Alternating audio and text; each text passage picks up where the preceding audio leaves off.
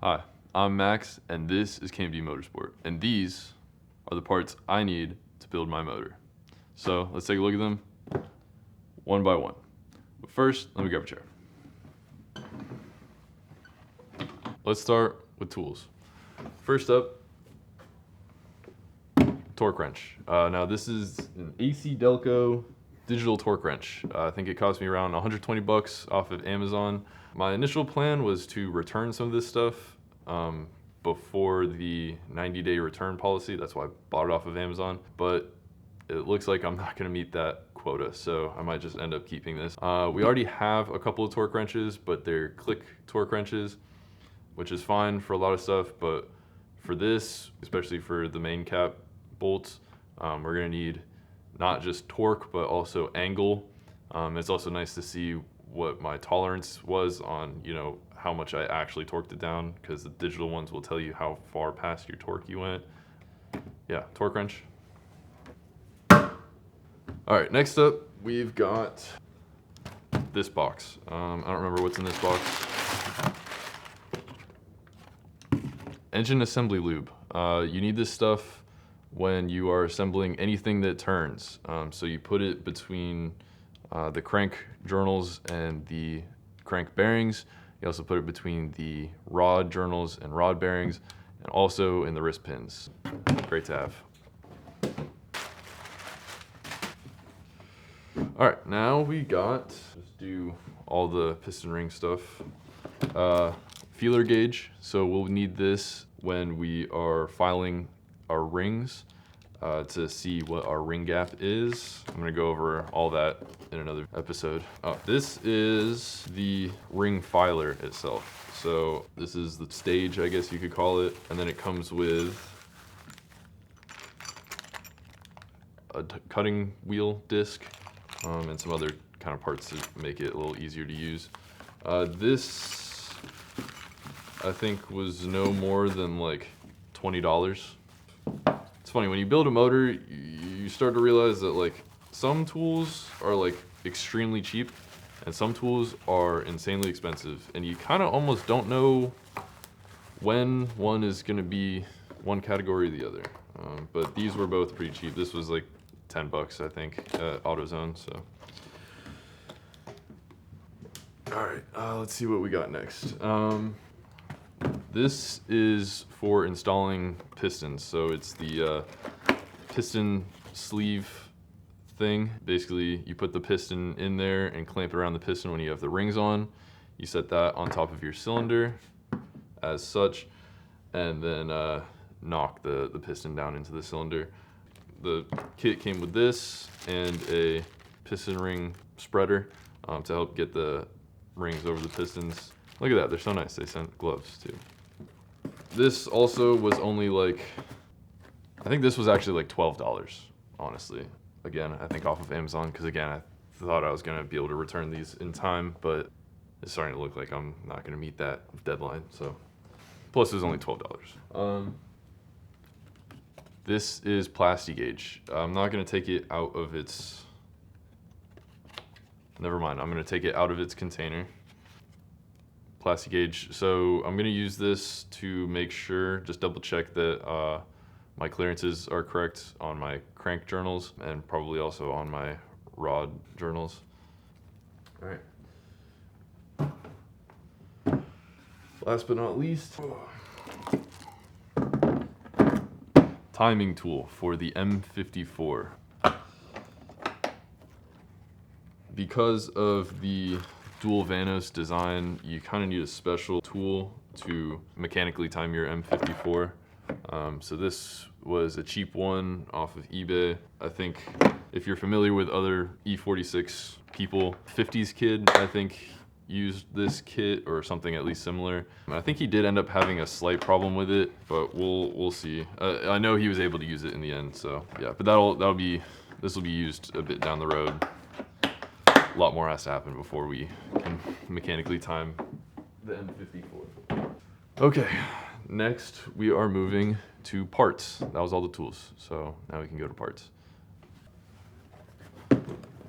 I don't remember what each box is, so we'll kind of go through it one by one.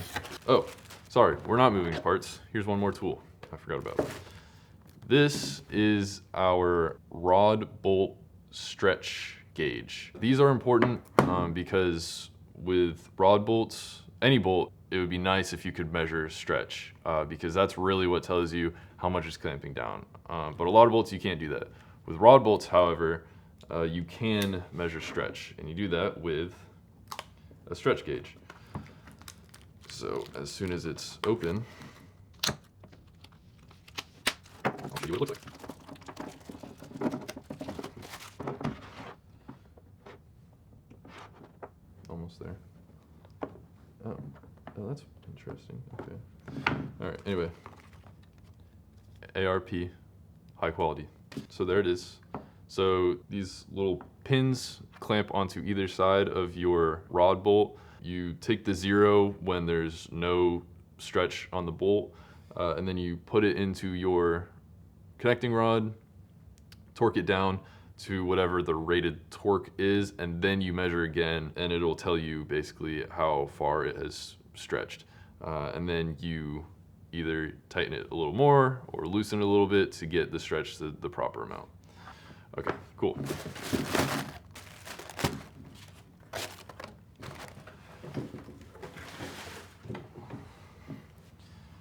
All right, tools are done. Let's go to parts.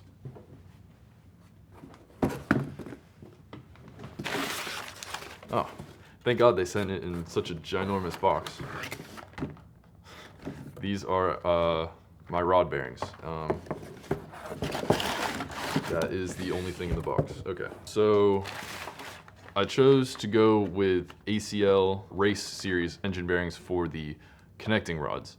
The reason I went with these for the connecting rods is because those are kind of what see the most force, I guess. For the main bearings, I went with the OEM bearings because these motors really don't have any problems with the crank moving around or anything like that. They don't have, you know, no one ever sees wear on the crank bearings really. But on the rod bearings, it's definitely important that you get nice bearings when you're going for, you know, any kind of performance out of your motor. These were, I think, like $90, $90 to $120. Another reason I didn't go with the race bearings for the main bearings is because they were way more expensive. So there you go.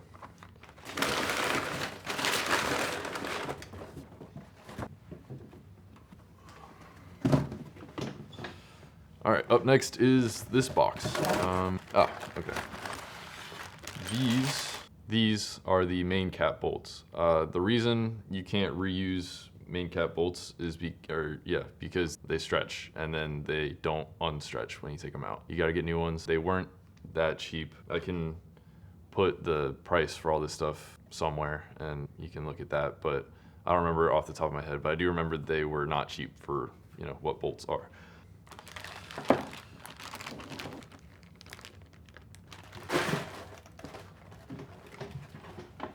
All right, on the topic of hardware,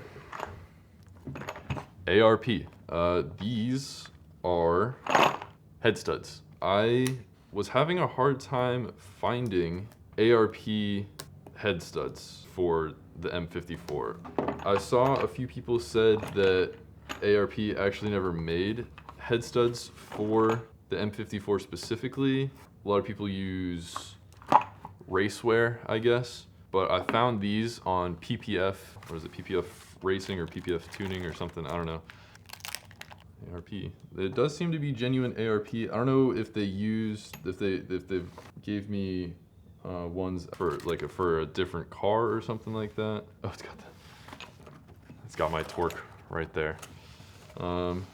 Cool. So yeah, I don't know if these are like head studs from a different car that just happened to work on M54s, but last time I checked, PPF had them. That's a company out of Sweden, Pure Performance Factory or something like that. They seem to be good people. Apparently they do a lot of turbo M54s, so they know what they're doing. So yeah, I appreciate them for sending me these. I did have to do an international wire transfer though to them in Sweden. And how much were those? I don't remember how much those were. Oh my God, Simon. Hi. Yeah. Yeah, I'm trying to shoot a video right now.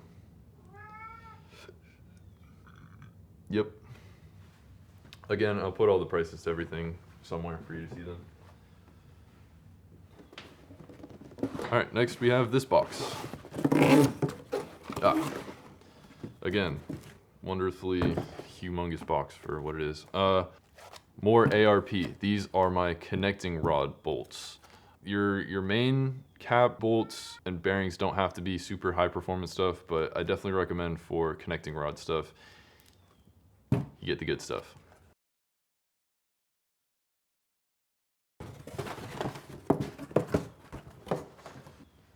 Now, of course, every time I say something will be fine, I'm talking about for an 8 to 10 pound boost.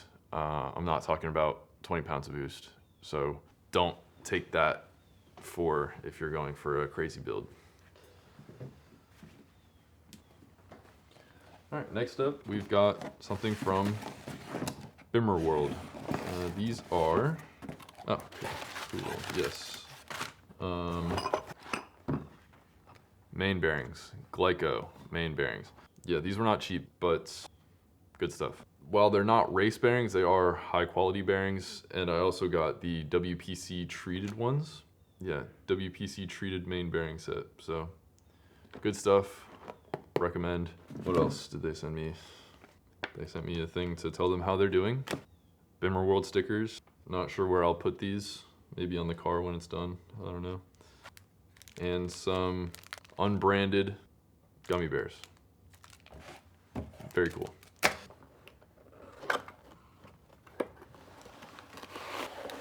I actually haven't looked at these yet.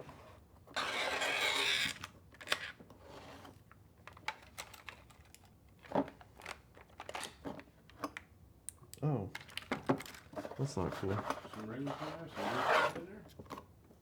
What?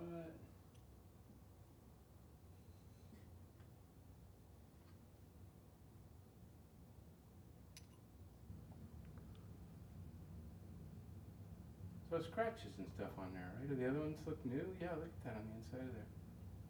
Wow.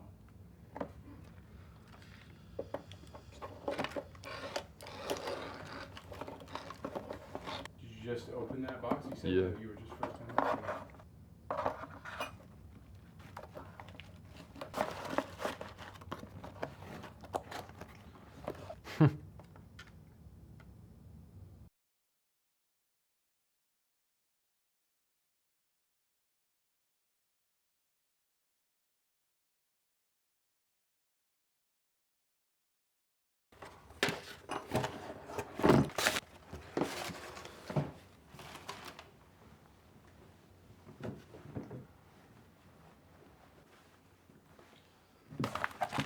All right, now we've got some less exciting stuff. Valve cover gasket, SKP, made in China.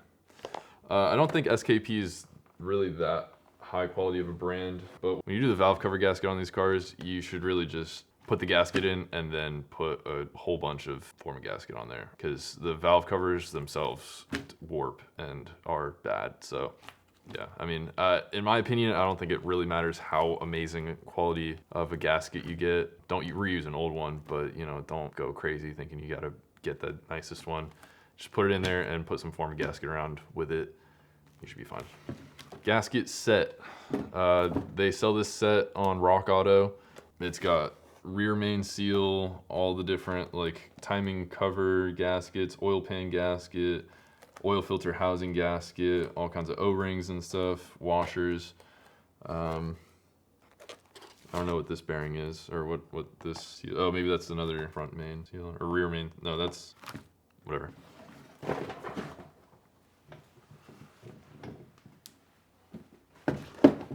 All right, this is timing stuff. So we've got chain. This is the crank to cam box. So chain, tensioner guide, another tensioner guide, the tensioner itself. So, yep.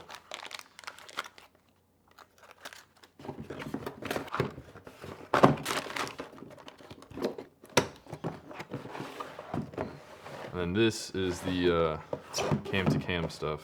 I wrote it down, but I don't think you can see that from here. Receipts. Okay. don't know what those were from, but whatever. Tensioner, so this is the tensioner that goes, it like sits at the top of the timing cover. I think it actually attaches to the head, and the cam to cam chain goes across it. Another guide, and cam to cam chain. All right. Put the random receipts back in there. Running out of space.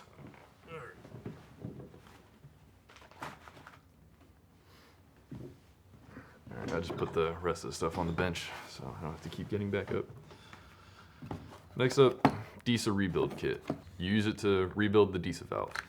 I'll go into why I'm using the DISA valve later. Some people might think that it would be a good idea to not use it since I'm doing the turbo. Some people think that I should use the M50 intake manifold instead of the M54 one, but I'll go into why I'm using the M54 intake manifold and the DISA valve later. But yeah, just know there is a reason. All right, I'll do this. This is Vanos rebuild kit from Race German. I got it from Race German because they seem to have the best price. It was actually kind of hard to find a rebuild kit, especially one that wasn't like insanely expensive for what it is. So, reminder, Vanos unit fit sort of left threading. Oh, that's nice. Okay. So these are the little needle bearings. Race German sticker. Definitely putting that on the car. Sorry, Bimmer World. I'll probably use yours too, but whatever. A couple little bolts and O-rings in there. Those are loose. I'm not going to take them out. It comes with gaskets and stuff and some other O-rings and stuff like that. I don't want to lose anything. But just know, use this to rebuild your Vanos unit. Cool. All right. Sorry, don't want to threaten y'all. This is a plate to delete the SAP valve. The Sap Valve thing stands for secondary air pump, and what it is I guess it's used to heat up your cats on a cold start quicker. I'm not gonna have any cats, and also it's just annoying to have. It takes up so much space in the engine bay, and it's just something else to go wrong. It's just another vacuum leak to have, so I don't want it. And all you need is this little $10 plate that goes, you just screw it on where the Sap valve usually sits on the head. You just use some copper gasket maker or whatever it is, torque it on there, and then you can take that whole canister, pump, all that stuff out of there. It makes the engine bay look a lot cleaner, and it's just less stuff in your car. So, and it was from Garagistic. They sent me a little keychain thing. That's kind of neat. I can't put it on my key until I've actually installed it though. That's rule number 1. So.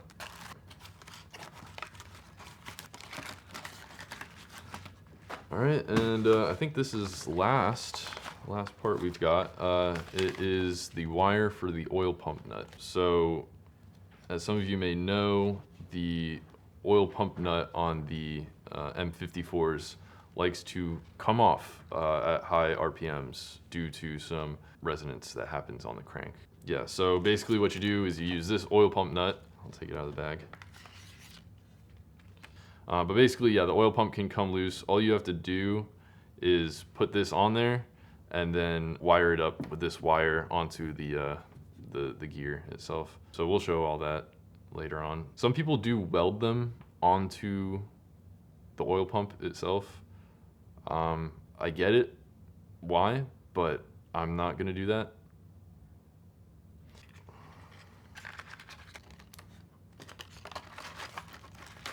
I believe I got this from Rally Road Racing, or Rally Road. I don't remember what the full. I think it's Rally Road Racing. So I know it said the last thing was the last thing, but this is actually the last thing because I forgot piston rings. So there's 6 of these boxes. They're the Hastings piston rings. Surprisingly, this was something else that was kind of hard to find relative to other stuff. I mean, it's out there. You can definitely get them, but you know, you have to look around to get a decent price. And Hastings were a brand that I was kind of recommended on forums and stuff like that, so I trust them. So you'll be seeing me file these in the future to accept some boost, but these should have the oil control ring should be a revised version. Oh, that feels really thick to be the compression ring. Is that gonna fit in it? Oh, no, that should fit. Yeah, that should be fine. Okay. Sorry.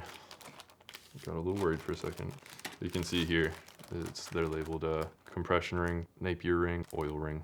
So it says, I noticed on the box, on all the boxes it says, I ordered M54 rings, and they sent me, they're labeled M57 diesel rings, looks like.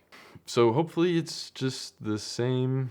I mean, it is 3 liter, you know, 1 cylinder. I think the 1 cylinder just means that it's, you know, one of the cylinders. It looks like it has the right bore size, but, you know, I did just feel them, and they seemed a little bit thicker than what came off, but hopefully they still work. It would really suck if I had to return these and find different ones, but that is to be determined in the future. So, Hastings, I'll give a full review after I'm done with them. But, you know, there you go, 6 boxes. These weren't too horribly priced. So a few places I recommend going to look for E46 parts and M54 parts, really BMW parts in general. Rally Road, B Racing Tuning, Race German, Bimmer World, and then, you know, kind of the more mainstream ones, FCP Euro, Amazon.com. Another good one I talked about earlier, PPF, Pure Performance Factory, I think is what it is, based out of Sweden. Yeah, they've all got some pretty great stuff. PPF makes a pretty well-known intake manifold that's like over $1,000, which would be really cool to have, but not doing that for this car. So, cool. There are a couple parts I don't have with me that I will need. One of them is all the poly bushings. The ones that I do have are at my apartment, which is in another city, so I don't have those. And then I need my head gasket and like decompression plate. So those things I don't have, but, you know, obviously they'll come up again later on, so you'll still see them. And like I said, I'm gonna put together a list of where I got all the parts and try to figure out how much each of them cost so you can get an idea. Altogether, all the parts I have sitting next to me, off the top of my head, I'm guessing come out to like $1,200. Which, if you're rebuilding a motor, $1,200 like isn't really that bad. Yeah, so it's gonna be a whole lot more money to get all the turbo parts though. So this is all just stuff for putting the motor itself together, not you know, all the fun stuff that goes with it. So yeah, thanks for watching, and I think in the next episode you'll get to see me start, you know, cleaning the block and cleaning up the pistons and filing rings. So you can look forward to that. Cool. I